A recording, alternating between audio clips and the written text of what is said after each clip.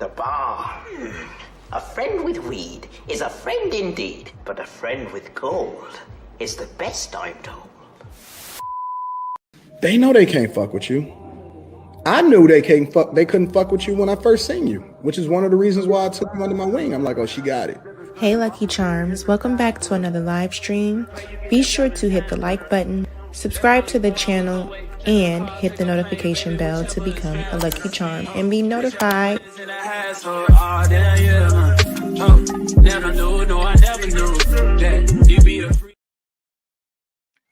Good morning, you guys. Sorry, I had a little bit of a technical problem, but we are here now. What's up, you guys? I just want to speak to everybody in the chat. Y'all see what we're talking about? We're talking about Cheyenne Bryant and Pastor Holy Whore. Now, Pastor Holy Whore, this is what made me cringe because Pastor Holy Whore has been known to get around Atlanta streets, thotting and bopping. But this is the part that was crazy because it's like we always was told, like we're not really told. We seen Cheyenne Bryant do her rounds. And this is the part that cringed with me that we gonna watch and get into. She was on Cam Newton talking about how Cam Newton is low functioning because he got 8 kids and he still want more kids. Not saying I disagree or agree, but I don't remember that same energy when I was looking at this interview. Now I hold off watching the full thing so I could talk about it with y'all. But in this whole interview, I did not see anything. I didn't see anything so far where she's giving the same energy to Pastor Holy Whore. Now, we gonna get through the whole little fake stuff because y'all know how I feel and like the button on your way in. Y'all know how I feel about people who are trying to hide behind Christ and all of that. So the video ain't that long. Shout out to Spaces. It ain't that long. It's long enough, but it ain't that long. So we gonna break it down like we do everything else. And I want you guys to hit the like button on your way in, do all that good stuff. Let's get into it. So this is the thing. This is the thing going on. Let me turn this on. This is what's going on here. I know he was up to shit when he had this pink Mr. Rogers sweater on. Okay. But let's just get into it. And we're gonna start here. Let me manipulate this a little bit. On the storefront. And what's up, you guys? Dust your feet off as you come in. Okay, let's listen to this, y'all. Hurt by and everybody wants, and that's love. It is the word that the most amount of songs have ever been written and the most amount of focus for every poem. Tina Turner asked a question and nobody 30 years later have been able to answer it. What's love got to do with it? The cousin in my head has flown in from LA. I absolutely adore her brilliance and her insight. Dr. Cheyenne Bryant, welcome. What's up, Dr. Bryant? Right? You got to be Pastor Bryant for tonight. That's fine. Okay? Yes, I'm going to be a registered nurse. You be the doctor. I'm excited to be here. And I love that you have a platform that allows us to come on here and really give tips and tools and awareness to how do you shift a culture? Yes. But then more importantly, how do we shift as individuals so that individualistic change or shift creates this ripple effect? And I always say, I'm not here to be liked. I don't live in dogma. I can care less. I'm here to interrupt dysfunctional pathologies and intergenerational street.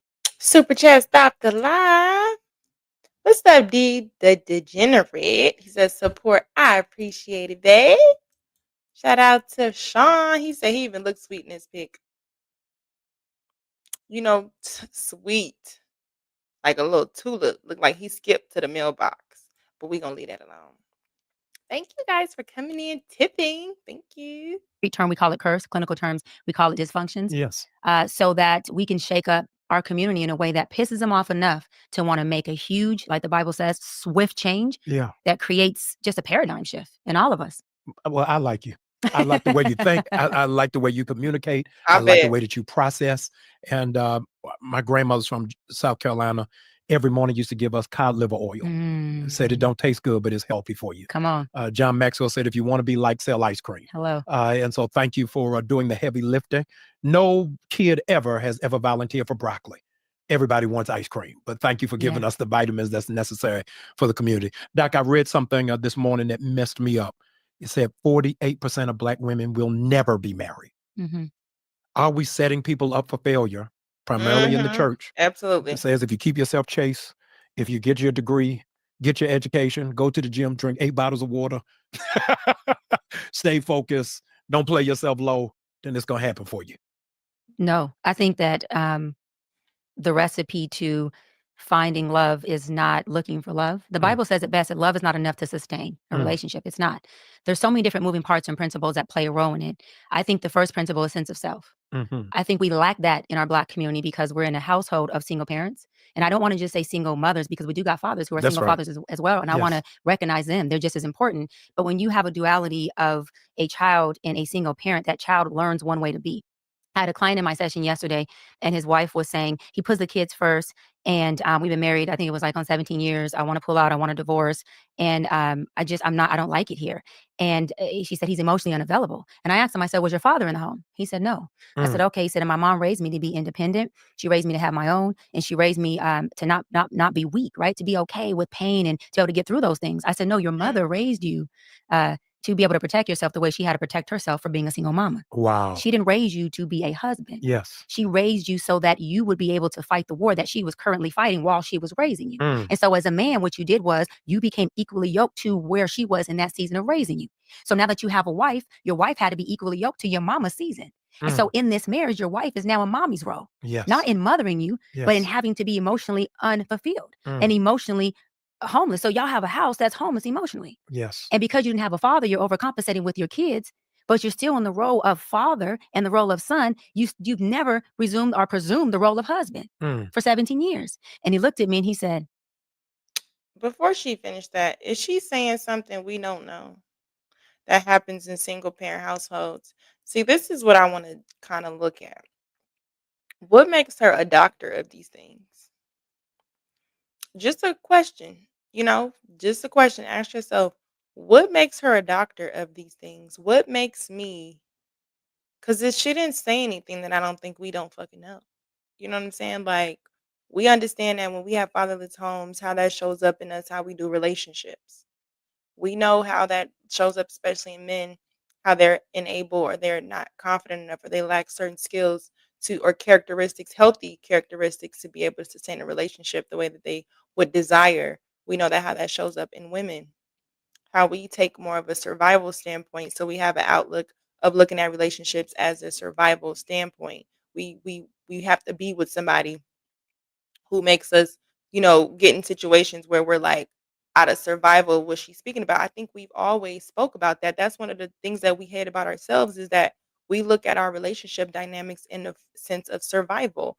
How could I survive in this? What do you make? How is this? And it's usually from that single parent household because your mama had to be a hustler. But I'm trying to think, what the fuck did she say? That was just he like, oh my gosh. Dad, you telling the truth. You should know this, Pastor. I guess. Let's keep. yo, Doc, you spitting. Yeah. And I love that because he was able to be himself. And I said, okay. Yes. And then the wife looked and she just tears rolled down her eyes. What's up, He looked at her Eva? and tears rolled down his eyes and he said, you onto something. You're right. Yes. And so why am I saying that? Because we have to be able to identify with what we've learned in the house, which is learned behavior. And we have to identify what part of that in us is showing up in adulthood because that part is still the little boy, the little girl in you. Yeah. And relationships have no place for children who don't have insight. And then That's we have to good. start to detach from the bosom. We got Yeah. folks who are married at 50 years old, even 60, who are still attached to the bosom subconsciously, not because they want to be, Yes. Pastor Brian, not because they're saying, I just want to be a child and I want to be attached. They want different. But we continuously talk about the fantasy, the ideology, the fairy tale of what marriage is. Yes. When we go back to the church, why are we not talking about the difficulty of Jesus carrying his cross? Why are we not talking about the difficulties of Sarah not waiting for God to keep his promise, which he did anyways after the maid got pregnant? She let the maid get pregnant with her blessing because she was too impatient to wait. Oh my So gosh. Ugh. I be trying not to come. Oh my gosh. We ain't even through with that much. Why do these people they always want to throw the Bible at your fucking face and some remix scripture to say, yeah, because when I did that to her, you are not nobody in the fucking Bible. You are not even nowhere close. There's also nobody in the Bible that got proposed to this many times. Girl, let me just hear the whole point before I just dismiss it. We're not talking about the real adversities of wise counsel when it comes to marriage. Isn't about telling y'all how to be happy or telling you how to have good sex or how to facilitate the good days. Wise counsel is when it gets swiftly, when it gets funny, when the tides get rough, how do you stick through that? No, it's good. What does that look like? When did these people become Christians? Because Pastor Holy Whore is known for fucking his congregation. But this is my thing. When did you start applying these principles to your life? Because if you truly believe these principles, we should see a man of God next to you. Also, I guess not champion everything you said. Well, yeah, champion things that you're saying. Where's your Russell Wilson? And I get we say, why do we have to keep asking people where they man at, where they men at? Well, when you take a position that says, I am the person that knows this, I am the scholar, I am the educator of this thing, and I'm going to bring in, look at the Bible. Stop. I can't stand people who want to keep preaching on the Bible and they're not doing the fucking thing in the Bible. The principles work. So if you don't have the results that the principles say that you should have, we could just assume you're not following those principles. I don't fucking get it. It's literally that simple. Because at the end of this quote unquote curriculum, ain't that what Tia Mowry called her marriage? At the end of this curriculum, you should have a fucking graduation. You should go right into that field. The fact that you are a woman who keep talking about God every time we hear you on these damn platforms, and we don't see no man of God next to you, also equally, it's a little bit slanted. So I mean, we could say, well, that doesn't mean you're not a woman of God or you don't champion God just because you don't have a man. That doesn't mean you're not in your purpose. Absolutely, I agree. But what purpose does Cheyenne have other than going to male-dominated platforms or male platforms to speak about the shit that we already know and remix a little bit of the Bible? And before y'all even try to say we can't even judge people, we can't say if they're Christian or not. She was the same one on Basketball Wives trying to fight Brooke Bailey. Brooke Bailey, who was a video girl known for so many years. You're trying to fight Brooke Bailey on a reality show with your stud sister, your lesbian sister, and all the people around. And you're trying to fight her who's also in her second marriage. So something's going on where the woman who champions not necessarily being a Bible thumper, she's a video girl, still look good, still doing all this stuff. She able to get another husband that love the fuck out of her. We see him every time. He always popping up doing stuff for her. You who got such an such an educated appearance, you do all these things the right way. You follow Christ. You're better than these women. But Christ couldn't get you a man. Like, if we understand the structure of family, if we understand the importance is the household, according to what you understand in the Bible, where is your household? That's the only question I'm asking. That's the only question I'm asking. We can get back to it. And what is commitment? Yes. Commitment is doing what I said I was going to do regardless of how I feel. How can I stay in this with you until the love comes back, until the light comes back, until I'm turned back on by you? Yeah. 100 Black Men uses as its motto, you can't be it until you see it. How do you coach a couple who neither the husband or the wife had an example of marriage? Love that. I always say I don't coach or teach people how to be married. That's God's job because he's the covering. He's the covenant. Yes. He'll teach that. I teach people how to get a sense of self, how to learn how to be out of their trauma within themselves, how to identify what healthy parts or trauma parts are present in that relationship. How do they rectify, resolve, and heal those things? Because as they become better, the marriage becomes better collectively. Yes. We can't tell two people how to matrimony. We can't tell two people how to relationship, how to commune. We can help them individually how to get out of their own way, bring resolve, gain emotional intelligence, gain compassion, right? And how to process those tools and apply them in this marriage. No, that's powerful. There's something that's trending, Dr. Bryant, that I wanted you to speak to. That's powerful. All over Instagram, all over TikTok, is this vignette that people are doing on the wife saying to the husband, I can't help but the rent this month. And the husband invariably saying, no, you won't never pay it. I want to know, especially in this souring economy, what does that do for a team who come to agreement? Hey, we want to get this house, but it's going to take both of us to get it done. It is almost doing a 1950s portfolio. There's only the man that's doing it. Does it cheapen the value of that team or that husband if they're both putting into the mortgage? Or are you of the mind that just the husband should do it? Women can say what they want to say, But the truth of the matter is, Pastor Bryant, that when a man doesn't do the nucleus of what he's built to do, which is provide, provision, protect, yes, a woman naturally, organically loses some type of respect in the form of value for that man. I've been in my field for 17 years. And I've also been I've been engaged twice, called off 2 weddings. My first engagement, I was the breadwinner.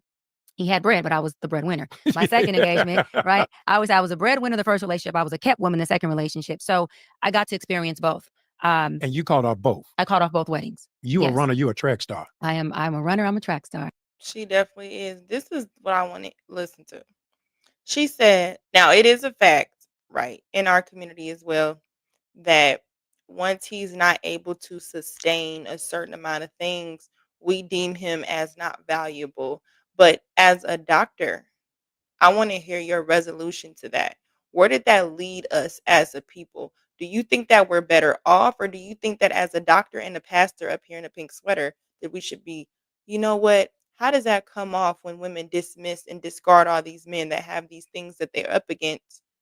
And because they don't make a certain amount, they're not deemed worthy enough to be in a relationship with the basic as average woman, because she feels like she deserves him to be able to do more. Not sustain, do more. That would have been a better question. Don't tell me about, yeah, I was engaged. He was a bread.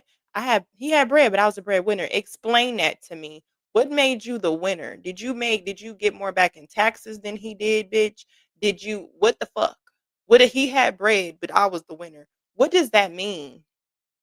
Can y'all tell me what that means? Send me a box. Tell me what that means to you. He had bread, but I was the bread winner. Was he irresponsible with his bread? Did you guys did that stop you from marrying him? Because then we can't talk about the fucking Bible. Because Jesus was not no rich, high value man. He probably wore flip flops and a robe. Like oh my God, this is so cringy. Because you just got through talking about God. God didn't say, you know what, I'm gonna send you a good man who got a 7-figure job, a gold chain, a big dick, tall, muscular. That's not what was in there. And I read it. I only read it like once, so I don't know it by heart. But I don't think that's in there. Did y'all see that in the Bible? I don't recall none of that. I recall him highlighting characteristics. And the one thing that I realized, even as being a woman in this position, calling the thing that I did love, what I did was possess people. And the minute I couldn't possess them in a certain way, and that shit hit my ego, it no longer served me. If we could be fucking honest on this channel. So all this whole thing about, and I see this a lot in my counterparts or my friends as women, what happens is we start feeling like this ain't love if it don't show up this way. But we want to reference the Bible. What does the Bible say love is, Dr. Cheyenne Bryant? It says it's patient, it's kind, it's long-suffering. You don't question it. So to even still say here, I was a winner. What are some things as a doctor, when you said you want to help people reflect? This is like your umpteenth interview. Can we reflect on the times that you could say that you were not in it for long suffering? Can we reflect on the reasons why you did not have the patience with these people? Like with these people you dated. Can we get down to the actual definition of what it is according to your Bible? Because I don't see love in most of us as women when we're going into these relationships. We go into it with possession. He better not do this. He better not. And I'm speaking from an experience too of having that. That shit don't be love. That should be annoying as fuck, low key. Shout out to Sean with the membership.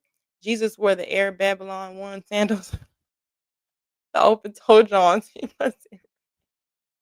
And he was on the camel. But you know they're gonna remix that today. No, he was not on the he not a camel, a goat, whatever. He went on the goat. He was in a Bentley GT. He was in the Bentley GT. Like, what are we saying? We need to hear the men's side. I agree. We ain't got their side. We ain't got their side of the story. So, tell me why you keep cutting them off.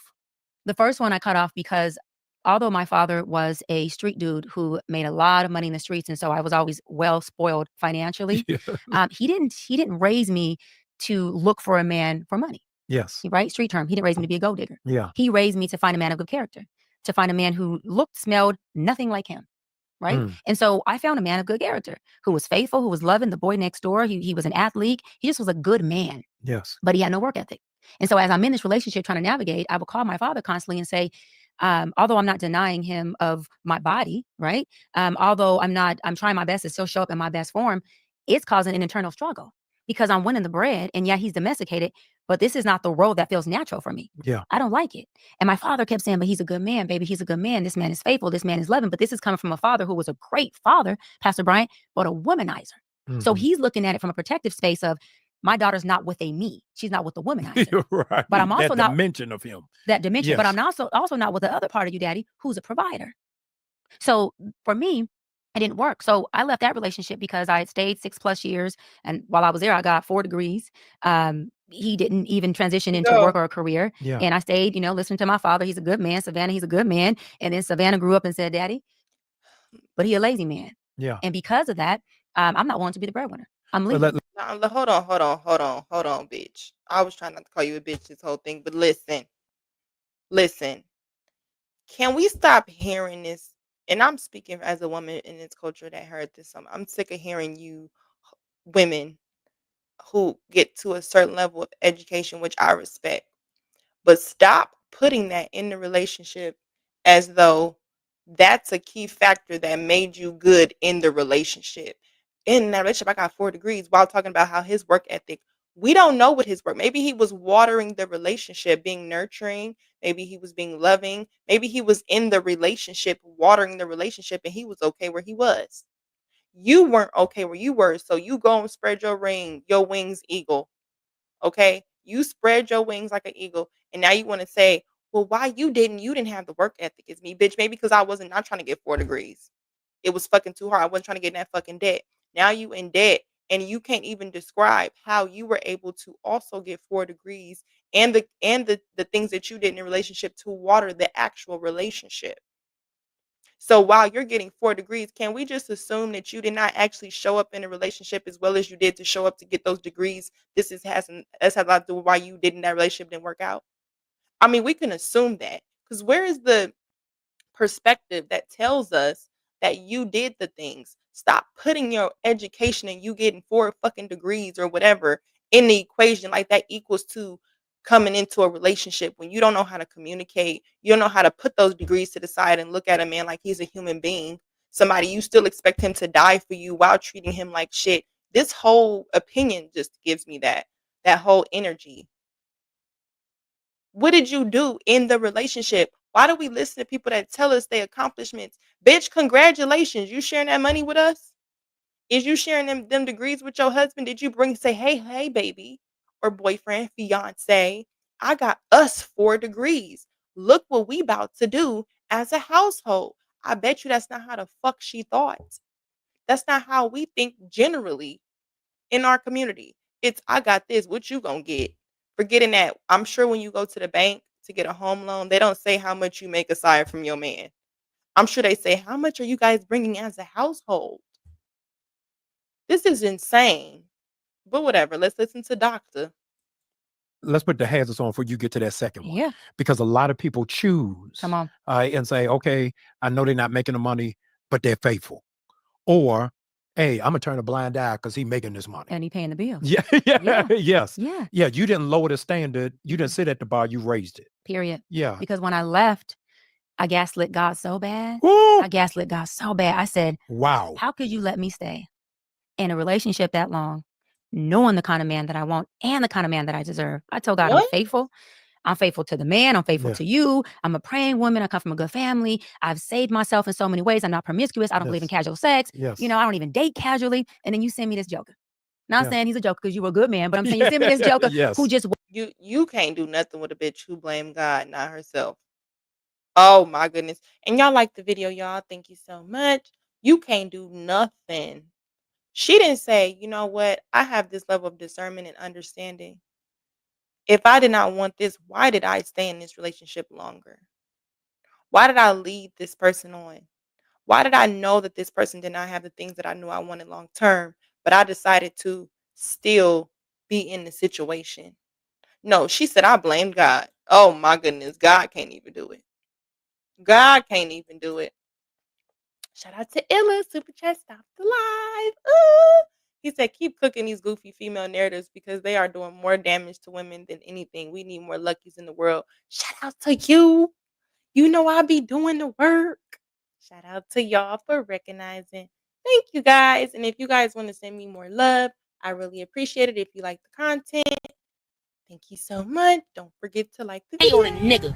I don't understand why you hate on me, nigga. We don't understand. Show love, nigga. It don't show nothing. It don't cost nothing to show a nigga love. All we doing is getting money. Show a nigga some love, nigga. Wabbly dabbly. Niggas out here don't love me, nigga. Thank you guys. And yes, you know what? I did hear that she was a lesbian, but I'm not gonna put nobody's, sexuality because I don't know. I don't know. She might. Listen. Won't even provide. I come from a daddy that provides. Yes. I come from a grandfather who paid all the bills. The men in our family were providers. And you send me this. So when I gaslit God, he spoke to me and said, it felt like he was looking at me because he spoke to me and he said, there's qualities in you that won't allow you to have the man that you're praying for. You're too insecure for the man that you want. You want a man to pay the bills, but that man can't always be present. Listen, I just want to tell y'all, question these people when they say, God spoke to me and he told me, and everything that they say God told them panders to them. It don't tell them nothing that tells them something that they did that they need to work on. Every time they say God spoke to me, listen to what they say. It always says, God told me, you know what? You just was impatient. It's something so small. You was just impatient. You too good of a woman. You should have waited a little longer. God didn't tell you that shit, bitch. Your ego told you that damn shit.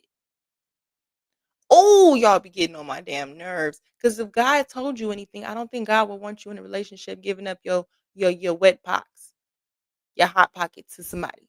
I don't think that's a godly relationship. But what happens is, see, God told me, and then this fake ass nigga over here who fucking his whole church is saying, yep, that's true. So what God y'all be talking to?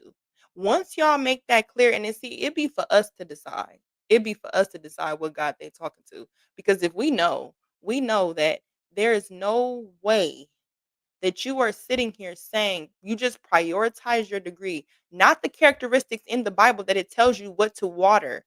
Not you saying, I was walking in the spirit. I was prioritizing this. I was prioritizing that. No, this is to even be a woman to think, and I'm on my soapbox for a second. I'm going to get back to it. To even be a woman to say, he had bread, but I was a winner. That was red flag 1. 2, yeah, he didn't have work ethic. I got 4 degrees. This tells me, bitch, God is nowhere in there. This is all ego, and this is all entitlement. This is all you. God is not going to even say nothing like that. This is not even nothing of God. This is why I think we should keep exposing fake ass Christians. You are a church folk. You do church well. And what I mean is when your worldly decisions don't pan out for you, you come back to the church and then blame something and say it was the devil. You just like them people that didn't pay your fucking car note. Now they repulling your car and you like, the devil be working. Like, it's just sickening. Shout out to Sean. He said, you cooking. Thank you, Sean. I'm just giving my opinion. Shout out to Illa again. He said they love to use God said as an excuse because the context of the conversation can never be confirmed by anyone. So we just have to believe her. Exactly. And they know us as women, when we hear God, we don't want to beat you up. So we like, okay, she said, God, we can't judge people's beliefs. Yes, bitch, I'm judging your beliefs because what you believe in is really self-righteousness. You can never tell yourself nothing. If you really read the Bible, if we start reading the shit in the Bible, most people would not choose to follow it. They argue it now because they pick and choose what makes them feel good. So that tells me you choose what to follow that makes you feel good. We're biased as a people. But whatever, let's get to it. You want a man who moves in a certain way, but you hold a tight grip on him. Yeah. Because of your abandonment issues. Yeah. You want a man who's alpha, but you the alpha. You want a man who wear the pants, right? But you wearing a man taking them off. Yes. And I said, well, what does that look like? The women in my family are very domineering and they're very dogmatic and I don't know what that looks like. And I promise you, when I said, what does that look like? God started to line up women who became optics for me, who were in relationships with men who were taking care of them, financially providing for them, right? And good men. And I started to really observe them and learn, okay, wait a minute. What does submissive look like? What do these men really need in these women that I am not obviously carrying? Because I don't understand. To your point, if I don't see it. So the Bible didn't tell you that? Girl. So the Bible didn't tell you nothing about okay, girl. I couldn't be it. Yes. And I didn't see it. So I started to study these women. I started to pray and I said, God, okay, you send me good men. Let me just pray to be a good woman. Y'all watch out for that prayer. Because when I started to pray to be a good woman, boy, God said, all right, you ready? Buckle up. And I even got more mad at God because of the Moses journey he put me on to become this good woman. It stripped so much of me that I started to grieve the parts of me that were being pruned. And I had to become fearless to the parts of me that were starting to evolve and mature in me. So then I met my second fiance. Wait, before you go to that one. So the first one you was with for 6 years. About more like 8 years. Yeah. 8 years. Yeah, okay. all of my 20s until I was 30. 8 years. 8 years. God told you to shack up. And it wasn't until you decided that what I was doing wasn't working. So I went to God and he said, leave. So once you became and you self-reflected, it told you not to go back. Because if for 8 years, you could probably go back, right? Say, hey, I wasn't in the right spot. I didn't appreciate this, or this is what was happening. Let's work on this. 8 years. Nah, fuck that nigga. I'm going to another one. What? I don't know. Maybe I'm crazy. Do y'all agree with spinning the block? Like if you was with somebody for 8 years, right? 8 years. That's already, people can't even do marriage that long. Okay. If you was with somebody for 8 years, y'all can get along enough to be together that long. Do you think that once y'all break up or a situation happen, y'all break up and you reach a realization on yourself that says, you know what, I could have did certain things better. Do you think that it's better to just go back to the 8-year relationship or start somewhere new? Just to ask, just a question, just curious. Until I was 30. So the therapist suggests it takes a man 175 days to figure out if a woman is married material. He figured that thing out in about 2 weeks because he was ready. Okay. So why did it take you so long? Yeah. Because of what I now teach against. I seen potential. And although my father is extremely wise counsel in a lot of areas. Yeah. That wasn't wise counsel for me in the relationship department to stay because my father seen safety. And I'm not a safe woman, meaning I'm fearless. I don't need safety. Yeah. I want what I want. You were celebrating through the yellow light. Hello. And if whatever I want comes with a price, I'm a big dog. I could pay it. Yeah. I'm okay. Her double dutching in between Christianity and worldly possessions is wild. This is wild. Because I'm a big dog. I want what I want. Well, big dog, why the fuck is you praying to the big dog? Big dog, go ahead and get what you. I'm a big dog. I don't need that. I don't need that. You know what? Because I want what I want. So you are a woman driven by wants. You're driven by your desires. So is it quite possible that this is not counseling or teaching you're giving anybody? Is it quite possible that this is projection? That you are subconsciously and probably consciously teaching women how to fucking be alone like you? I'm a big dog. What the fuck? A big lonely ass dog. You ever seen a dog in the backyard chained up? All they got is a fucking half-ass water with hair in it and some fucking nasty ass food. That's what you want to be? A lonely ass big dog. Girl. Hey with that. And I'm not afraid of debt. So whatever I got to do, run the play. Yeah. But I want what I want. And so the counsel that I thought was wise to me wasn't, but also that first relationship, my fiance at that time said, I'm a buffer for you. He said that to me. He said, I'm a buffer for you. And he mimicked what God said after he had already said it. You're too insecure for the man you want. So you got me. And I thought, how as a man can you say that, still want to marry me, and you feel like you're my buffer? I mean, how, two flip sides, right? How this bitch stupid. How could a man see the flaws in me and love me enough to want to help me fix them? Why? Like, she's fucking delusional. Maybe this is when she opened up and she said, fatherless homes. Maybe you should also understand that because you have a fatherless home, the way you look at how men show up is different because you don't understand that how he's showing up is how he's supposed to show up because we were raised out of survival. Since we all go through it, us from fatherless homes, myself too, having to understand what protection in a real man looks like without being offended or intimidated or feeling any type of way because you understand this is something that's not familiar to you. But you have to understand that to be very questionable of how a man's coming to you because you know you're not whole and he still want to love you anyway, that's sad. Maybe I misunderstood it. I heard it that way. But that's sad to where we can't even that is an insecurity. The fact that you're that low in your esteem where we do feel we start questioning if we worthy enough of somebody who's loving us regardless of the fact. Maybe because men understand too, there's some shit about them. Especially our generation, follow this generation, there's some shit about them too that they want you to look past and love them regardless too. But they can't get the love unless it show up a certain way. Maybe that's the conversation. I don't know. They might understand there's something wrong. In love or loving of me do you have to be to say, I will facilitate you while I let you buff on me to become equipped for what you really want? I'm not built like that. No, me neither. You let me know I'm a buffer. I'm a buff on up out of here. Oh yeah, no, real quick. I'm Dodge tough. Right? I'm So a Ram truck. Hello, I stayed because there was potential in this young Yeah. man that he never reached. And I tell women this all the time: potential will leave you with potential. Period. People are who they are. And there's a big chance that whoever they are will be who you're with 5, 10, 15 years from then. So if you don't like who they are, don't stick with the potential. Okay, hold on now. Hold on. That's fine in your 20s. But we got to go back there because what social media is doing is people want 8 years is too long. 6 years is too long. But sometimes you got to meet people at potential and grow with them. So let me challenge that. Because God says my thoughts are not your thoughts and my ways are not your ways. And I'll meet you where you are. Yes. God meets people where they're at. Yes. Because his thoughts are not your thoughts. His ways are not your ways. I'm not God.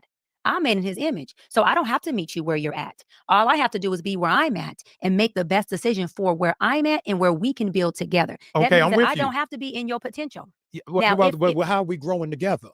How are we growing together? Let's say we going into Michael J. Fox time machine. Okay, let's do it. We're in a DeLorean right now.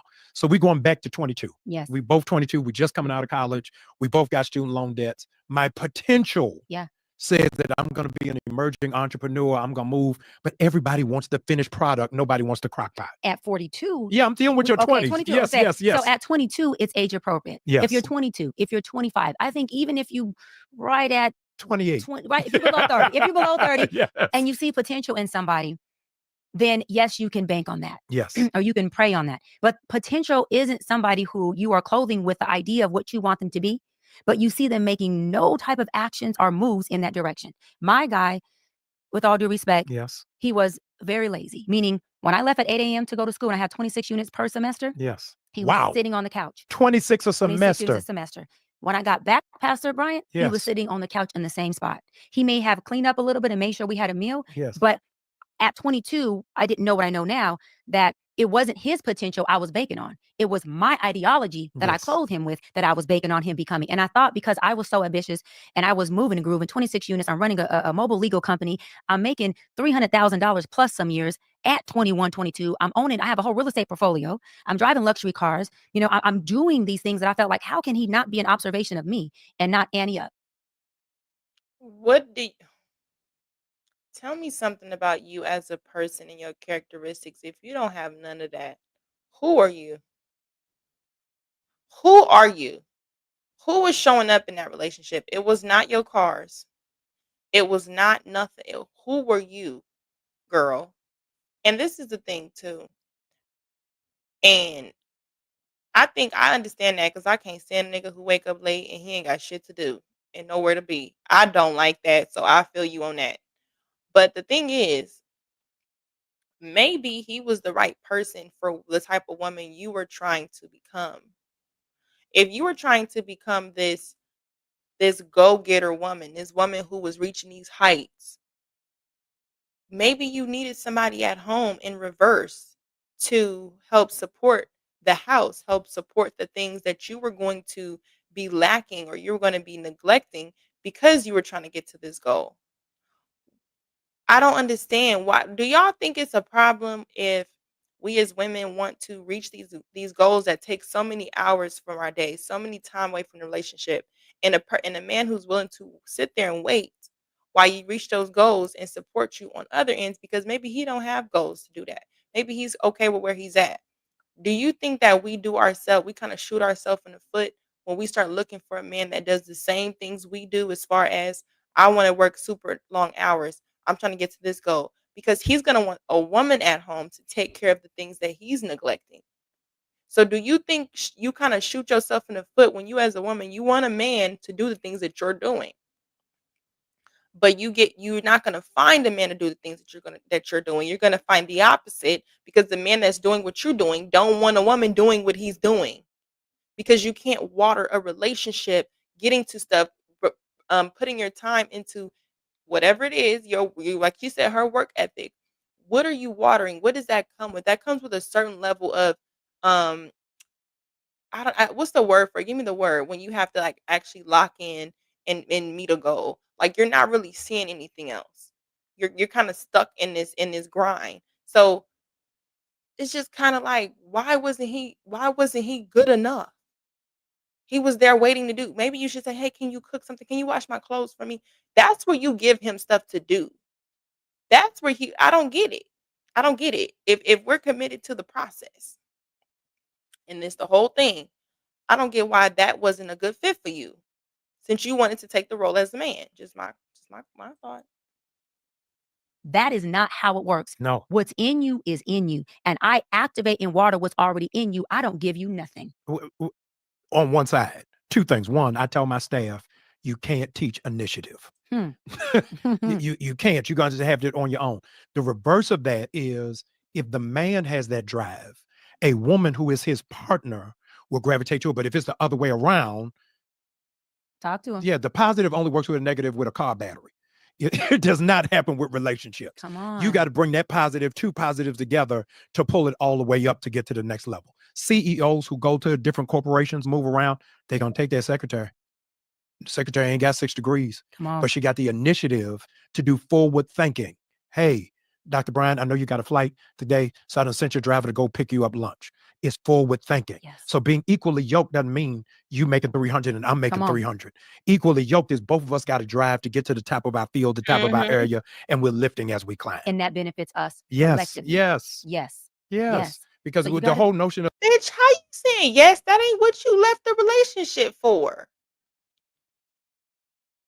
She's like, yeah. That ain't what you did. Oh my gosh. what do you bring to the table is just make sure it ain't just a fork. And I love Because I don't that. want you eating on my plate. And I love that, because I also believe I can't tell you what I'm bringing to the table until I take an inventory of what you need at the table. Listen. I think it's not about me bringing what I'm going to give you. Yes. It's about, in a relationship setting, baby, what's missing from this table? Let me see if I have it. Because if I do, it's yours. Yes. Because what if I bring and double down on what you already have there? We don't need 2 mashed potatoes.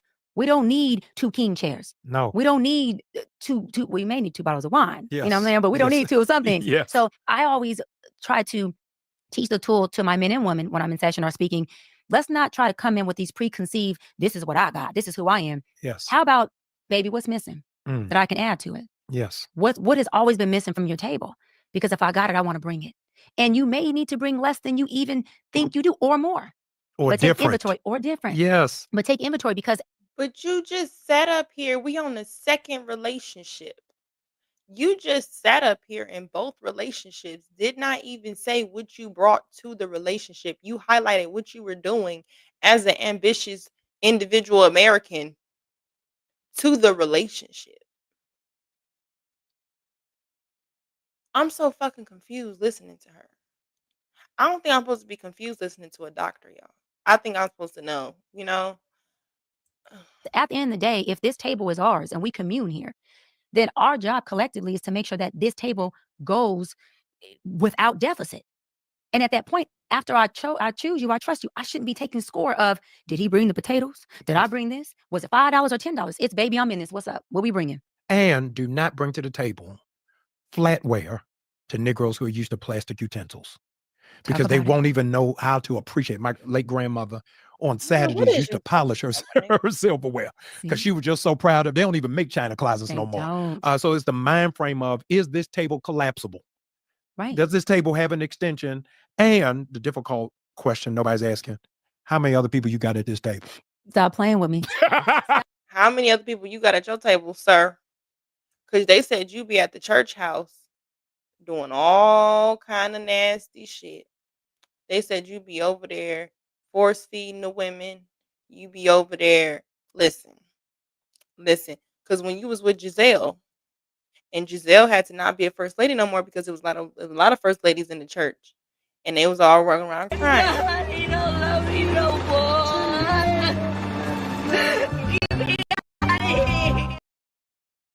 They was all running around here, and we know because we be watching the reality shows. So I don't even know why you said that, sir. You don't even see your kids. Your kids are on that show. What is it? Housewives of Potomac. Your children, your daughters are on that show talking about how their daddy, you, do not come spend time with them because you always got your dick in some new bitch, Pastor Holy Whore. That's what they say about you. While you over here and look, we 23 minutes in. I don't hear her saying how this nigga is low functioning yet. But she couldn't wait to tell Cam Newton he low functioning. But this nigga who can't keep his dick out the congregation, she ain't told this nigga yet. Maybe could we just say the blueprint to getting bitches panties is to say, you know what? But you know God don't like that. God is the new term to use if you want some coochie. I'm sorry. It gotta be. If you just put on the pink sweater, you smell a little bit good, and you just on some. We love these little fake ass false prophets in every way, shape, or form. You have women paying $300, $400 to go stand up at tonight's conversation, and they not even going to counseling. They arguing with their insurance, talking about why you don't cover more for me to go to counseling. My insurance don't cover it, so I can't go. But means still you gonna go to see fake ass niggas, false prophets, tell you some shit you want to hear because you motherfuckers don't want solutions for real. Y'all just want to be pacified. Y'all just want to, I just want to cry a little bit. Da, da, da, da. Tell me something that make me feel good. She would never say this nigga's low functioning.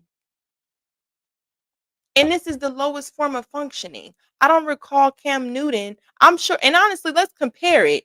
Cam Newton may have more children allegedly that we know of, but his kids are with him. This nigga's kids is not with him. His kids are on a show talking about how he's not around while saying he's in multiple relationships that are coming out. And you're sitting here with him talking about God, bitch, and you think God is present. You bitches are sick. Y'all are fucking sick and ugh. Shout out to Elle Nixon. She trying to be next. Hey, Lucky. What's up, Nix? Yes. She's trying to be first lady. And honestly, I could see her being the first lady. I could see somebody making her first lady. A dumbass. Now, look, you Is this a table for two? You speaking to a territorial woman now. Yeah, he about to get me fired up. I'm territorial. Yes. So not only is the table at home for two, the reservations better be for two, the flight better be for two, everything we do better be for two until I create a three. That's it. Wow. That's it. Wow. And that question should be asked on.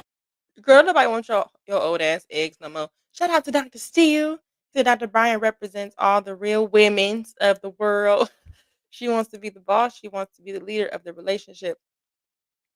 You already know. She's talking about until I pop out a baby, until I give you a baby. Girl, how long we got? Are your babies in the freezer? Do we gotta thaw them out? Like if we gotta thaw out my kids, bitch, you wrap this shit up, girl. Take it home. On number one, I was talking to a guy for 1 week. Yes. 7 days. I said, let me ask you something. How many other women are you talking to? How many other? This is date one. This is day week 7. Week one. Yes. Okay. Day 7. Yes. Because we're long distance. Yes. So it was a lot of conversation. On day 7, I said, you're creating a space for me that is making me feel like I want to give more of myself. But before I do that, I have a question. How many other women are you talking to? And he said, none. I said, okay. I said, and before we move forward with me giving more of myself, and when I say more of myself, I'm speaking of my emotions and my time, not my body, at least not at that space. I I said, you know, I'm an access woman. So before you can access anything of me, my heart, my body, my mind, I'm going to need access to what I believe creates a safe space for me. And that is passwords to your phone. I don't Week need keys one? to your house. I'm not saying I need the password on week one. What I'm saying is, are you comfortable with doing that when we get to that space? When we get to, When we but get you're to not that asking space. that for week one. No. long I'm not distance. saying week one, give me your password. Okay. I'm saying that when Okay. we move into that space, Yes. because now I'm feeling like I want to spend more time with you. I want to invest equity into this relationship. Yes. Equity for me in week one is time, conversation on the phone. And yes, you can fly me to come see you. Yes. That's equity for me. That's fine. Okay. But when we get to Equity in week one is time on the phone. What she say? I guess dates, whatever. But she said fly her out week one. So what you doing when he fly you out? You fucking or what? Can we just stop this whole shit? Stop acting like we gonna say something. What we doing on week one if I fly you out? What did the Lord say? Week one, you gotta fly this bitch out and talk to her all the time.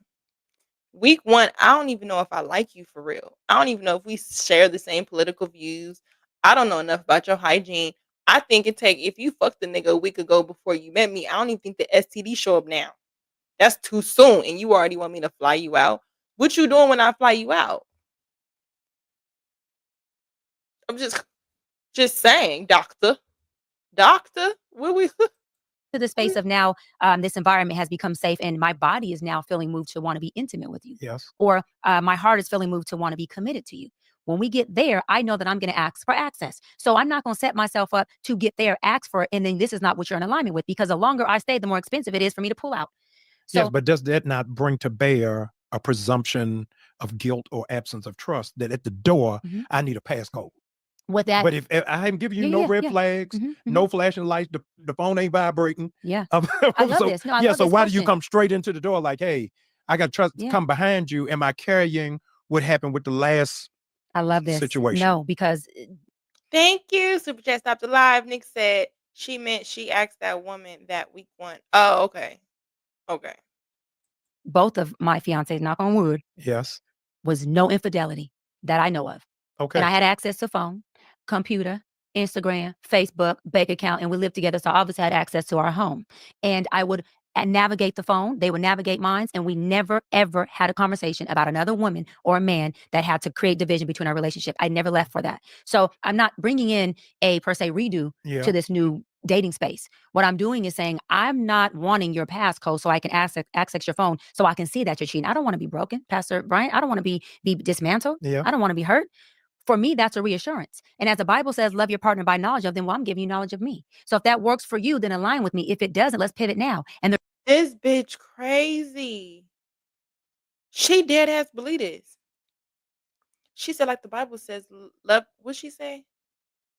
Love him and give knowledge. I'm giving you knowledge of me. She ain't said shit about the other person. Hold on. Your partner by knowledge of them, well, I'm giving you knowledge of me. So if that works for you, then align with Hold me. on. If it doesn't, I'm not wanting your passcode so I can access your phone so I can see that you're cheating. I don't want to be broken, Pastor Bryant. I don't want to be dismantled. I don't want to be hurt.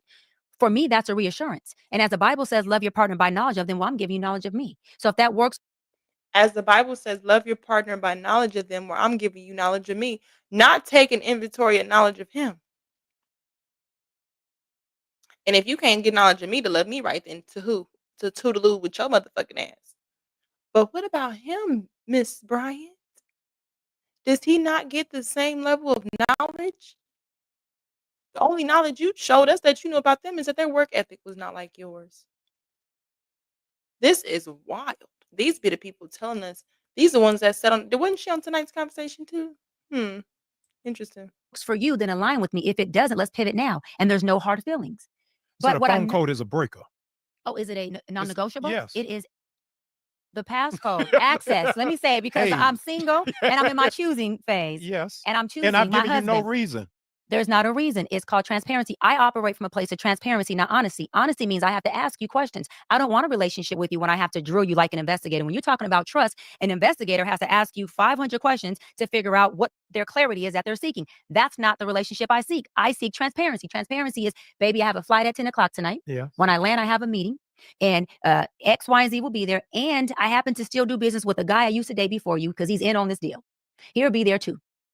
That's transparency. So you ain't have to ask me anything. Yes. For me, transparency is also we are transparencing together. You have access to my body, don't you? If we get to that space, Oh you have my access to my heart, God. to my mind, right?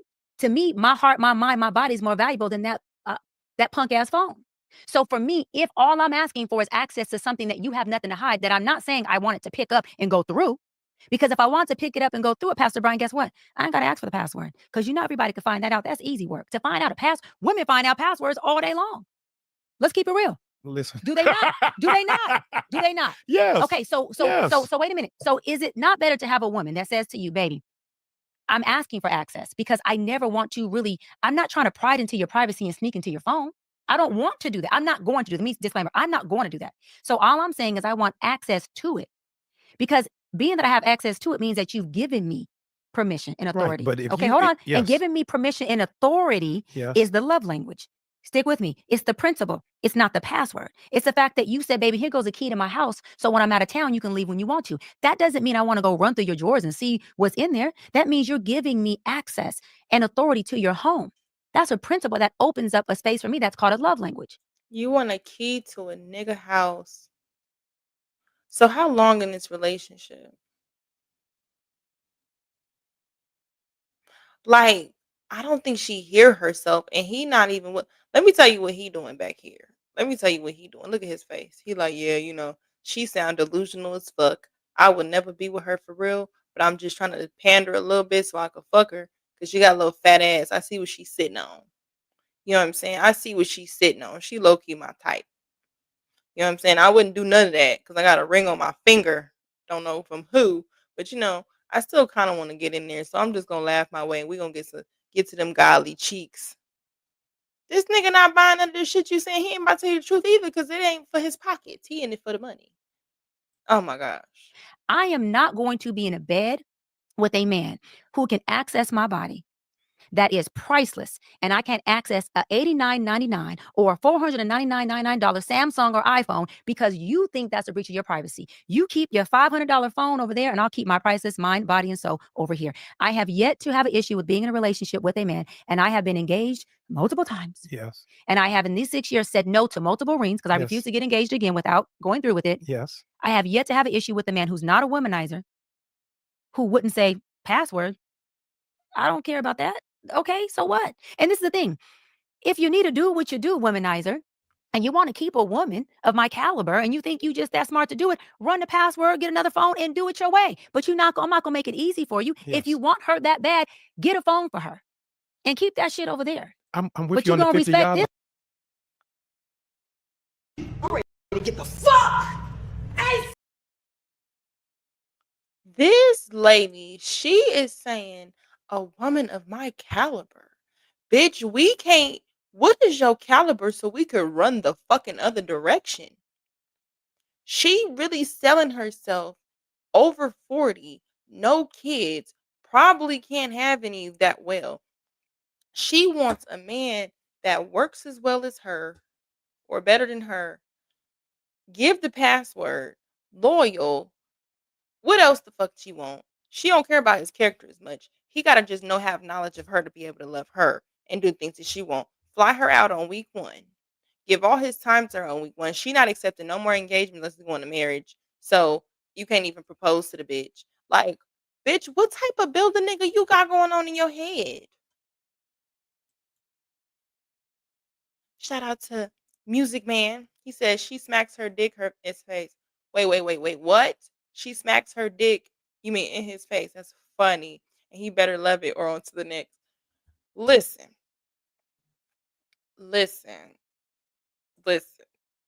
I agree because the way that she run around, she might be a lesbian. Allegedly, I ain't trying to get in. She might be playing for the other team. She might be definitely playing for the other team because this don't sound right to her. And she sound like me when I be still kind of delusional from female relationships I had, thinking that men are like that. They're not. The men that are like that are usually bitch niggas that you don't want. So I don't even know. This girl is crazy. And I ain't gonna lie, I'm a little messy, so I kind of want to hear her explain that again because she not making no sense, low key. Let's just hear this just for our entertainment and shit, for shits and giggles. Without going through with it. Yes. I have yet to have an issue with the man who's not a womanizer, who wouldn't say password. I don't care about that. Okay, so what? And this is the thing. If you need to do what you do, womanizer, and you want to keep a woman of my caliber, and you think you just that smart to do it, run the password, get another phone, and do it your way. But I'm not going to make it easy for you. Yes. If you want her that bad, get a phone for her and keep that shit over there. I'm with But you you're on the going to 50 respect yard this line. space. I'm with you on the 50-yard line. I'm listening. Where I'm throwing a flag on the field I'm listening. is that nobody would be giving you a key to the house the first week. And You asked this in the first 7 days. Yeah. So in the first 7 clear days. it up, Pastor Brian, clear it up. I didn't ask for the password in 7 days. Yes. I asked that when we get to this crossword road of commitment.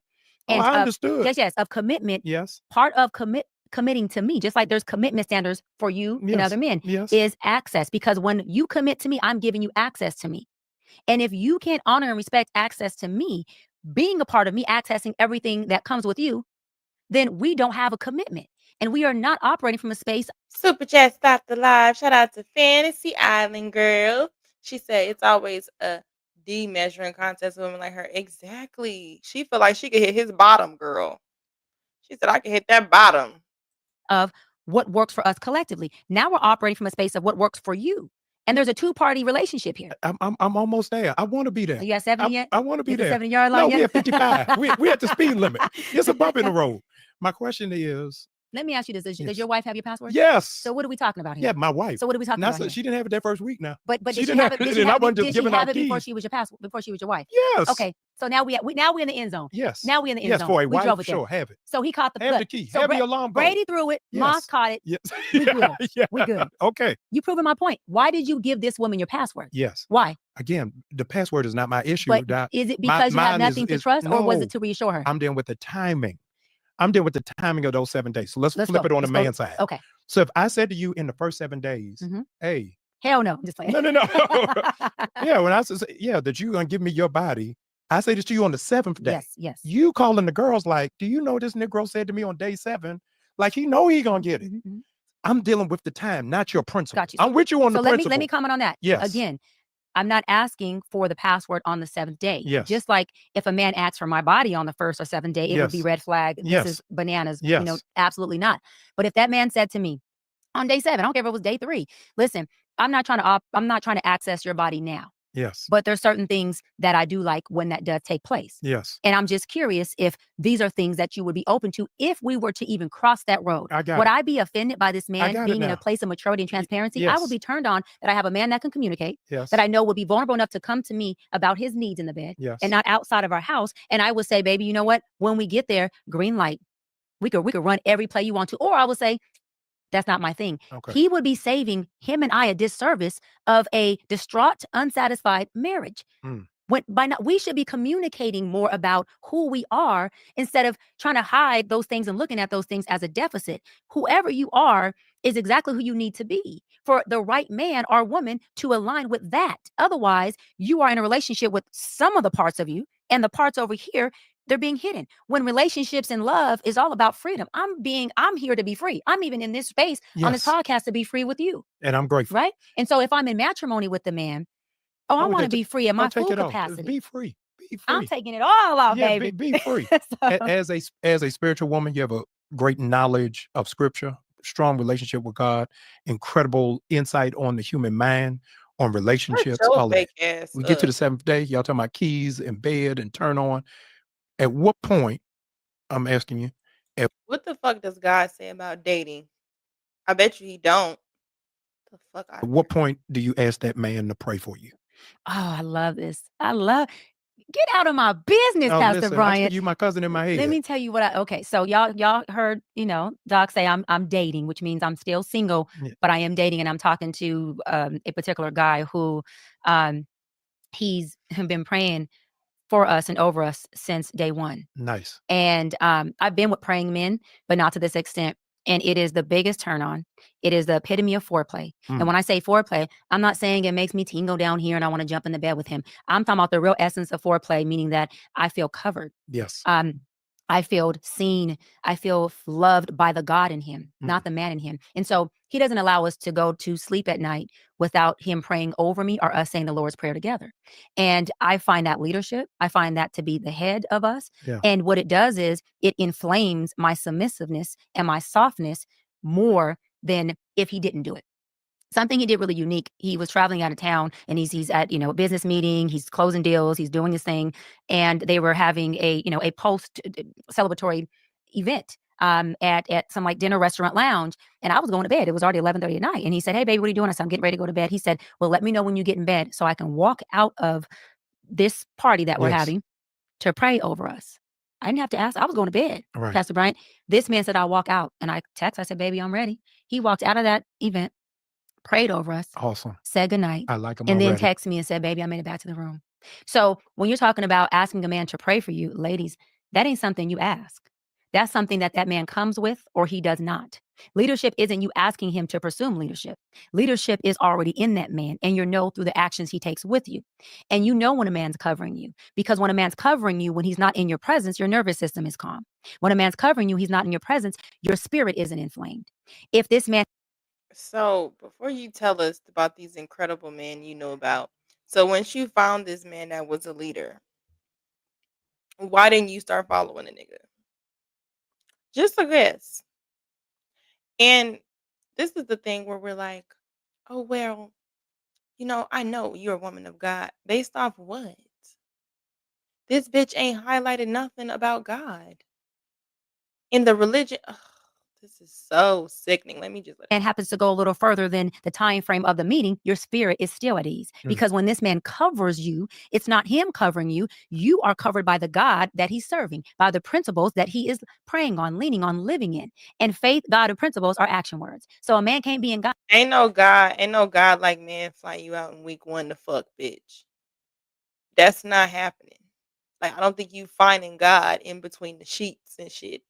What the God and not be actively covering you. It doesn't work like That's that. heavy. My spiritual formation director said something that radically changed my mind in dating, is that prayer is more intimate than sex. Did you not hear me say? bitch? First of all, look. Hold on. It's a lot of words. Listen, they literally saying this the first red flag. She said, that man said, "You know what? I'm gonna pray with you." And she pussy wet instantly. So listen, did you really teaching niggas how to manipulate you? Just be like, no, it's okay, baby. I don't even want to have sex right now. Even if you do, no, it's cool. Take your time because God wouldn't want that for us. I don't want us to interfere with our relationship with God. And watch her start being like, but he understand. I think if we still, she gonna talk you into it. No, I think it's better. And then give her a forehead kiss. And then watch her come back. Oh my God. Oh my goodness. What? I thought it was really something like he prayed for me and everything. Get that godly cheeks. This is what's gonna, oh my gosh. He didn't even want to go back to my hotel room. He went to his own hotel room. You got another bitch in there. She gonna believe he went to his own. He didn't even want it from me. He texted me late and was like, God told me to wake up and pray for you. Oh my gosh. Oh my goodness. He even woke up late and prayed for me. He is the one. He is the one. He don't even need to make that much. He is the one because God sent him. This is what she's saying. Say that was my foreplay. Listen. And let me be. Can I be really transparent? Yes. This man been praying and praying and praying over me. Listen, this is just, y'all know Doc be cutting up, so I'm gonna cut up right now. Disclaimer. I literally had to call one of my prayer warriors, and Willie Mo Jr. You seen him on my show. I said, Willie, and I called my bishop, Michael Berry. I said, I need y'all to pray my pheromones off.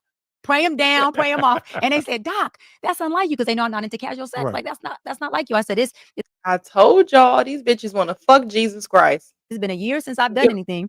I said, but boy, this man just been, I'm afraid he's going to pray my panties off. And I don't want that. I don't want that. But why? Because he's activating and awakening things in me. Yeah. Look at him. Yeah, I know. Because I be activating them prayer drawers all the time. I be the Holy Spirit activate. I be activating all you bitches because I know exactly what to say. And that little cooch or your little hot pocket you sitting on because I get warm. And you like, oh my gosh, Lord. But the Bible didn't say that. I thought Galatians 5, what is it, 17? I thought it says walk in the spirit and you will not endure the the desires of the flesh. Dr. Brian, did you forget that part? If you walk in the spirit of man is evident. Do we have to bring up Galatians? Do we have to bring up Galatians? If you were walking in the spirit, you wouldn't feel these desires. What is going on, doctor? I thought you were just looking for a man of God. And a real man of God shows up and you bring this Jezebel harlot to him. You want to present God brings this man to you and you present your fat cat. Wild. Could it be the fact that you've been on the market too long and all this angry opinion you have on these interviews is really the fact that you need some dick? Ain't nobody hit your bottom in a long time, so you tripping.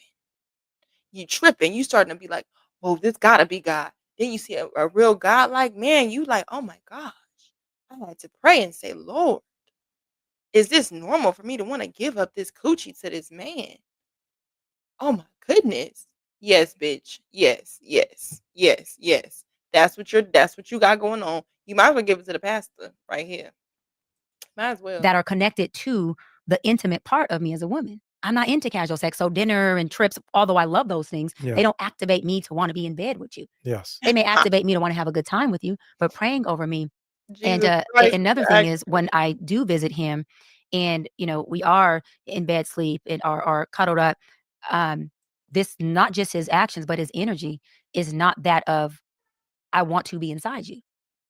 I don't feel that. When I get up to take a shower or I'm changing, he leaves the room to give me my privacy and space. I don't have to ask those things. That's a man who honors me, who's respecting my space. Girl. And so I say that to say a man's leadership is what he shows you. It's not what you ask him to do. And there's a natural way that women, no matter how alpha she may think she is. If I'm naked. Oh no. If I'm naked and he don't leave the room, that he's not honoring you. Bitch, if we go together and I'm already fucking, why I gotta leave the room? Cause you naked. We naked.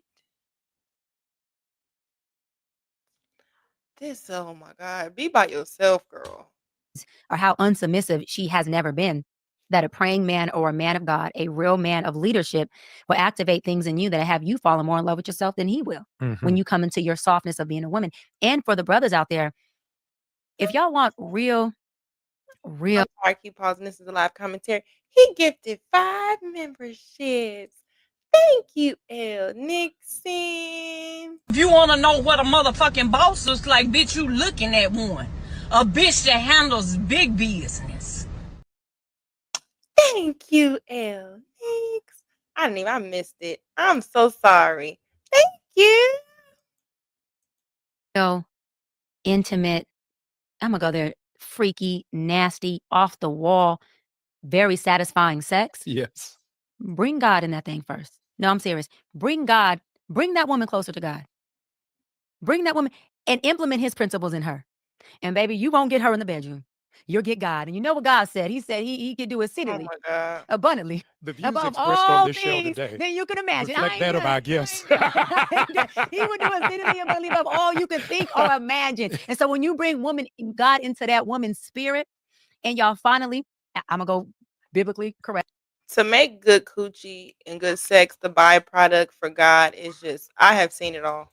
After marriage, Yes. After marriage, Saved y'all by the finally bell. do your thing. Yes. She will be exceedingly abundantly all you could think of or ask for. And it will be in a place of alignment and peace. Yes. And that's why I wait and I save my body, because I know that I don't want just a physical orgasm. There's other layers to that are way more satisfying than just an orgasmic physical experience. A lot in this generation, Doc, don't know the difference between intimacy and sexuality. Come on. Can you unpack that? Because a lot of people really use Netflix and chill as a code word. And Pornhub, I'm sorry. Yes. We're just going to keep it real. Well, you have done it. You have done it today. You have done it today. I have had 2 asthma attacks with no pump, but help us. We're going to pray Yes. over them, Lord. We're going to pray What is over the difference between those two? Intimacy and sex? Yes. Sex is an act. It's an oral act, a penetration act, it's a fondling act, and it brings your body to an orgasmic, finishing or completion. Intimacy has nothing to do with the orgasm. Will orgasm come emotionally, mentally, spiritually, and physically through intense intimacy? Absolutely. But intimacy looks like a 4-hour conversation about knowledge of each other. Intimacy looks like a disagreement of two people submitting. So it never turned into discord. Intimacy looks like, I talked about the gentleman that I'm talking to praying over me when he's at an event with a group of people he could just stay, entertained with. Intimacy looks like, baby, did you make it home? Did you eat? Are you okay? Do you need anything? Intimacy looks like, I'm going to put my needs aside because I see you're in a space where you need all of me. And so I'll choose to discuss this issue I may have with you another time. I check in. Intimacy also looks like when I'm not with you because I am truly faithful, truly focused, and truly aligned with you, that you have a calmness and a peace. And intimacy looks like what I just talked about, the epitome of transparency. For me, transparency is intimacy because you're giving me a piece of you that I don't have to try to navigate. You're allowing me to see it. And this is one that a lot of people are very confused on. True intimacy is, no, I'm not responsible for carrying your hardships, your traumas, your deficits. But if I chose you, damn it, I'm responsible for facilitating you through it. And there's too many people that are saying heal and get over it and then come talk to me. Well, how about I don't want to talk to you at all? Because if you can't at least facilitate doesn't look like you got your toolbox out and you're trying to fix, because like Jesus and the disciples, we all got to carry our own cross. And even when Jesus went to the cross and got crucified, there was a whole audience. But Oh my God. they nailed him by himself. Let that man Okay. go. And he also was resurrected by himself. Yes. By God. Nobody was there to carry, resurrect, or do any of those savior things. However, This facilitation, support. this is why Christianity, church folks, should I say, he also was resurrected by himself, by God. Like, this is so cringe. Something that is very intimacy, the what do you need? And then showing up in that. I want to go further because people are going to be like, okay, doc, that's cool. That's all the surface stuff. Taking a bath together. No sex. Because you both have what the Bible says marriage requires, discipline. To take a bath together Hey. and have a conversation. A little triggered over there? A little triggered? No, I just got to couch this. I got to couch this. Don't take that bath until y'all get that ring Till on you there. get that discipline too. Discipline. Don't do it. Discipline. You're going to make me lose my license. Listen, she's talking to married people, a different, a heightened level. Thank you. And let me say this. Yes. I'm also talking to unmarried people because Don't get in that bathtub. If you don't y'all get in that bathtub. Listen, if you have the true essence of discipline. Yeah, no, they ain't got it. But there are some men that do. Yeah. And let me go further. Because they must teach Tai Chi. Because you're supposed to save your chai tea, yes, which is really your sperm. Yes. Until you're doing something that's productive, fruitful, yes, and will multiply. Get in the tub with a bathing suit on. Don't just get in there. Let me say this, ladies and fellas. Let me say these, ladies and fellas. A man who could bathe with you and be disciplined enough to not touch you is a reassurance for you. I did that with a man. I did that with a man. Listen, I don't listen to Pastor Bryant. Okay? Gentlemen, don't play with it. Pastor Bryant is you're gonna mess up. Listen, he's talking to the low functioning men. Hey, listen. But the high functioning men who want something bigger than the flesh, because you know that the flesh. He's talking into the low functioning men, but the high functioning men who want something more than just the flesh, because they know that's the cheapest part of a woman, but it'll cause you to pay the biggest price when it goes wrong. Yeah, but don't go in there cold turkey. Hold on. Start meditation first. Prayer, meditation. Let me just take you to church real quick, girl. We all know fornication is a sin against self. So if you in a situation where you're talking about, because he knows that your flesh, all of our flesh, not a gender thing. We are all beings, spiritual beings that are weak to flesh, according to your religion. Okay. Also, according to your religion, if you're talking about, oh, a man that does this, if man could get in the bathtub with you, not touch you, whatever the fuck. First of all, you shouldn't even be seeing each other in that position before you actually get married. Okay. To even know this. There's ways to date and getting engaged with people without being in that situation.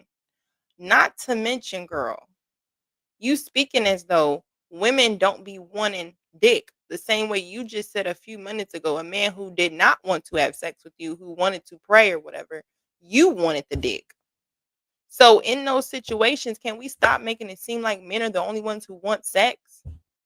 Like, goddamn, you just set up here and explain how you had to go to God to not want to give him some coochie.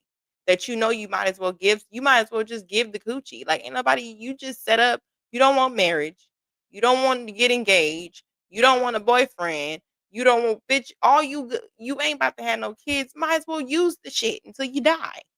What you gonna do? You over here on podcast upset, talking, we're calling one man low functioning. Ain't said this. I'm like, oh, he's talking to low functioning man. Because he is low functioning. Like, what the fuck? And yes, focus. and then definitely get your discipline muscle up. But I did that for 1 year because I was celibate for 2 years.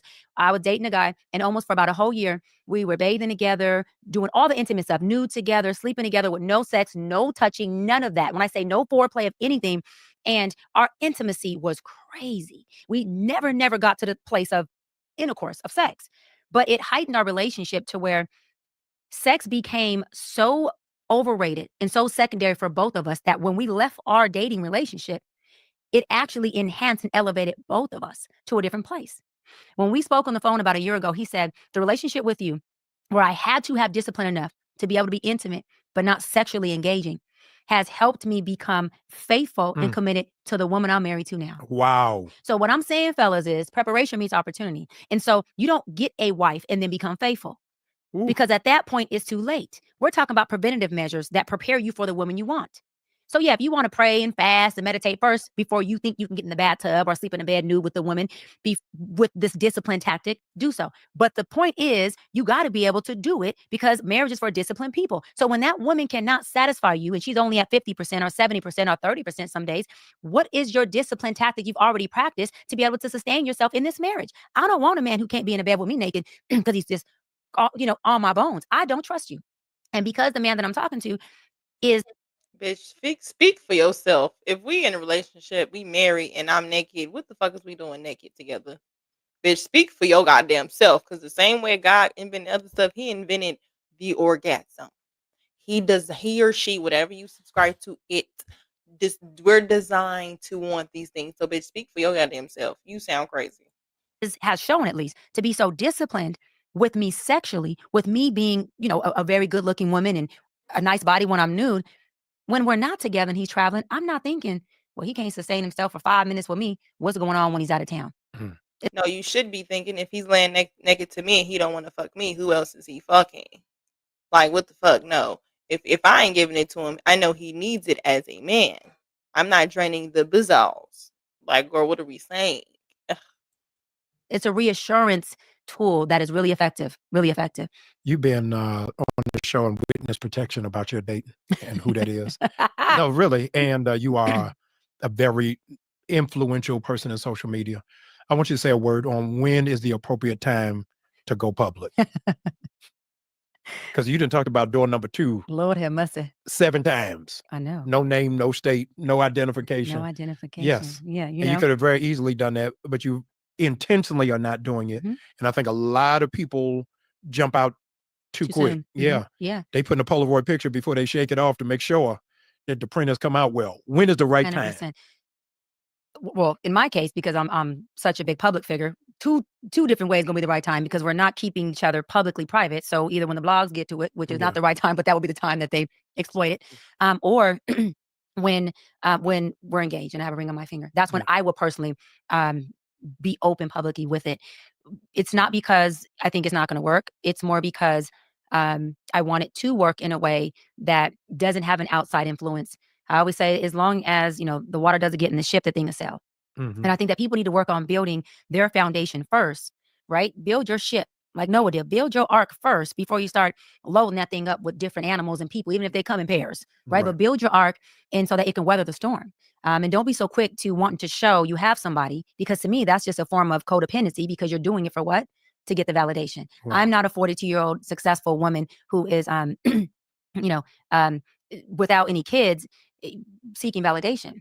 And nor am I embarrassed about that.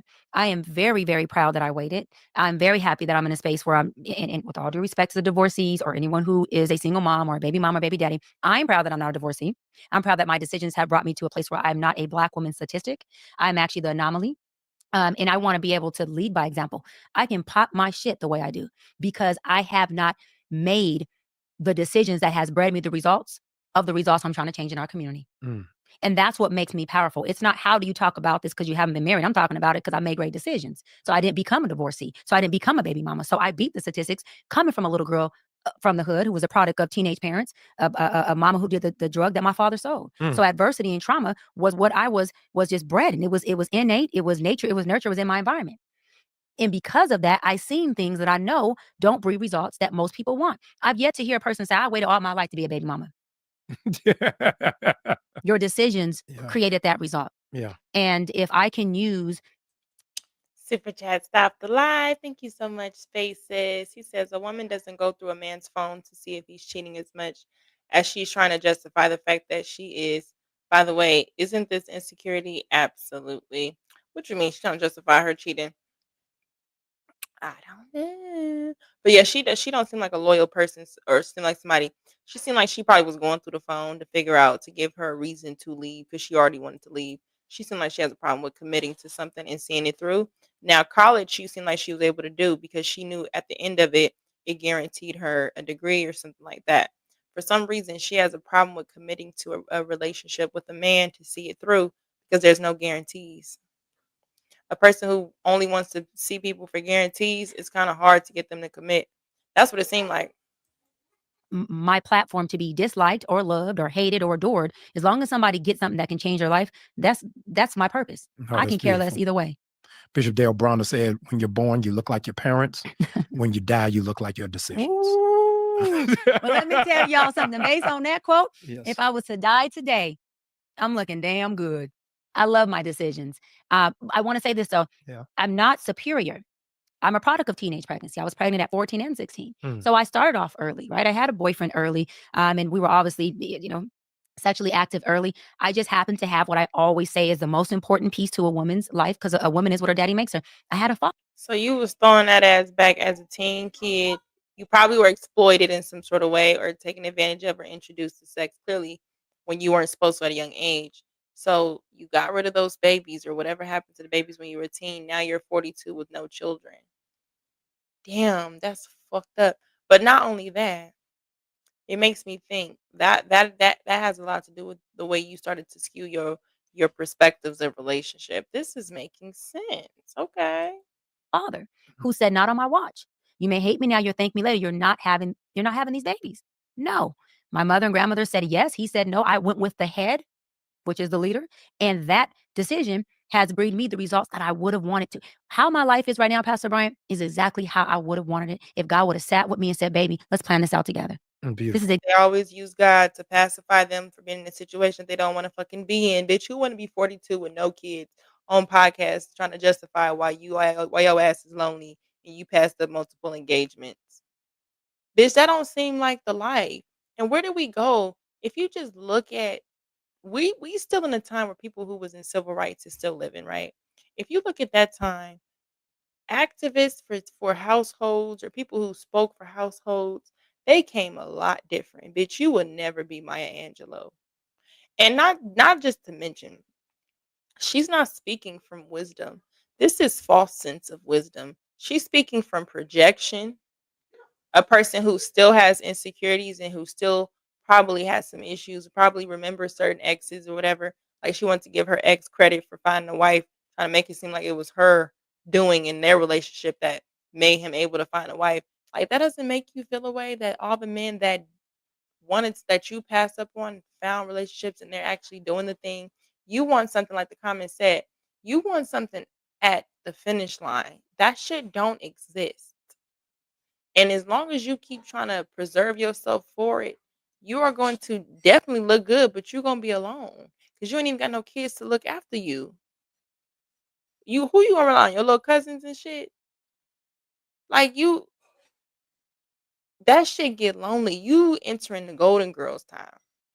And I'm not listen, not everybody going, but the fact that you are an attractive woman and you've had the options where men would still want to date her. But the fact that you keep getting on people's soapbox looking for a particular man, it's like that don't exist. I don't know who gonna tell her. It's like she don't have no friends for real.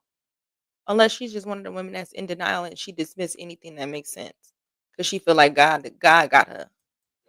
Exactly how I would have wanted it. Just like this. I wouldn't have wanted to be married any earlier because I would have been a divorcee. Yeah. I know I would have. Yeah. Not because the man would have messed up. I wasn't in a place where I would have been able to say, I forgive you for the small things. Forget the big. God forbid you cheat on me. I'm talking about the smaller things. Right. And I wouldn't have been able to say, I'm not leaving my husband. It was the opposite. If you do, then I'm out. No, I get so it. then don't even marry. Because this man is bound to have a. Shout out to Dub Will with the super chat. Stop the live. He said, so your father told you to delete his grandchildren? Great leadership. Shaking my head. Listen. Well, I don't know. Let me ask you this, Nub Will. Your daughter come home 13, 14, and she pregnant. You encouraging her to keep the child? Or you encouraging her to get rid of the child? Just a thought. Deficit. And if I can't work through the deficit, then what am I doing here? And I want our community to understand you don't have to have a baby. You don't have to have sex. You don't have to do these things to date. You can date without all of that. Yeah. You can go to the movies and take a trip and take baths and travel. Put a bathing suit on if you want to, like Pastor Bryant said. But whatever you do, you don't have to go and make these long-term permanent decisions because you want to be able to be in a relationship. That's not a requirement. It's like I'm not required to be married at 42. I'm required to be happy and to be in God's will. And I'm doing both of them damn well. I love all of it. Y'all, listen, I'm going to take a shower with my wife. I'm getting out of here. I want to thank Dr. Bryant. You are absolutely a national treasure. Thank you. I'm telling you. You just want some coochie. Nigga, shut up. Anyway. What y'all think of this? My thoughts on her is this lady is delusional. I think she's delusional. I think she's came to a point where she's definitely comfortable with being alone. I don't think she's okay with her choices. I think she tells herself that so that because she ain't got no fucking choice. Once you start fucking up over and over, you ain't got no choice to be okay with your choices.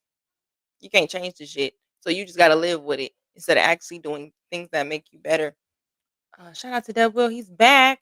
He said that would be my grandchild. So yes, I would raise it by myself. Need to be that. I had that conversation with somebody. I said, depending on the situation, I would be raising that kid as my own. My child is gonna actually live her life, and we're gonna figure out some stuff. I'm gonna have to move. I don't know, but that's a tough pill. So shout out to you.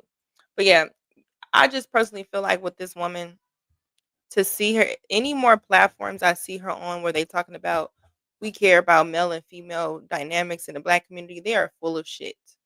Nothing that this lady is a broken woman and she's projecting and she's trying to teach younger women like me to still be alone like her. And bitch, I don't want to be 42, single, talking to this nigga on the couch trying to justify why I got rid of so many engagements. That's not where I want to be. I want to actually learn from my mess ups or learn from the situations to see what could I have done better and then constantly always apply that. Always go into situations understanding that my shit could stink too at some point and it's his job to tell me and say, look, if you want to fuck with a real nigga, I'm not eating shit. That's how I go. But I don't know, y'all. Y'all let me know what y'all think in the comments. Thank you guys for being here. And I will see you guys in the next one. Oh, yeah, I have a show tomorrow. Catch me on Fantastic. And he wants to talk about something. I don't know yet. But see you guys. This was fun. Bye, y'all.